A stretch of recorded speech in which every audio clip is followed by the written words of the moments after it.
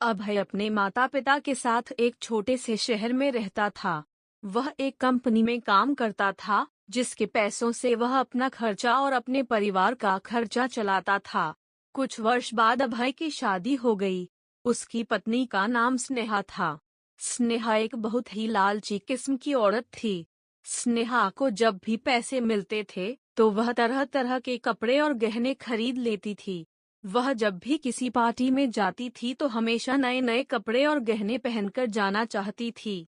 जब उसके पास नए कपड़े और नए गहने नहीं रहते थे, तब वह अपने पति अभय से जिद करके खरीदवा लेती थी। उसकी लालच से उसका पति भी तंग आ गया था।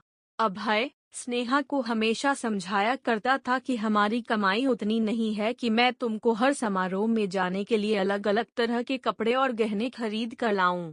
मगर स्नेहा उनकी बातों को मानने के लिए तैयार ही नहीं होती थी। एक दिन जब स्नेहा किसी समारोह में गई थी, तब उसकी एक सहेली सुष्मिता उसके घर पर आई। सुष्मिता ने स्नेहा की सास से उसके बारे में पूछा। स्नेहा की सास ने सुष्मिता को सारी कहानी बताई। सुष्मिता ने अब स्नेहा को सबक सिखाने के लिए एक योजना बनाया। वह स्नेहा के घर से सारा राशन लेकर चली गई और राशन के डिब्बों में अपने गाने लाकर भर दी।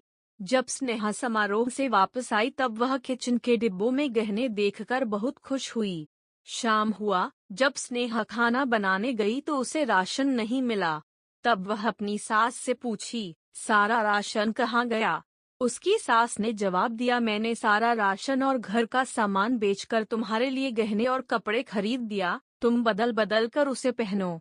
स्नेहा बोली, मगर खाने के बिना मैं गहनों और कपड़ों का क्या करूंगी? स्नेहा बोली, मगर खाने के बिना मैं गहनों और कपड़ों का क्या करूंगी?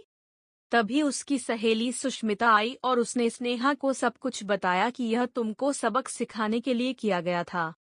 अब स्नेहा को समझ में आ गया, जीवन जीने के लिए सबसे ज्यादा जरूरी भोजन होता है, ना कि बदल बदल के गहने और कपड़े पहनना।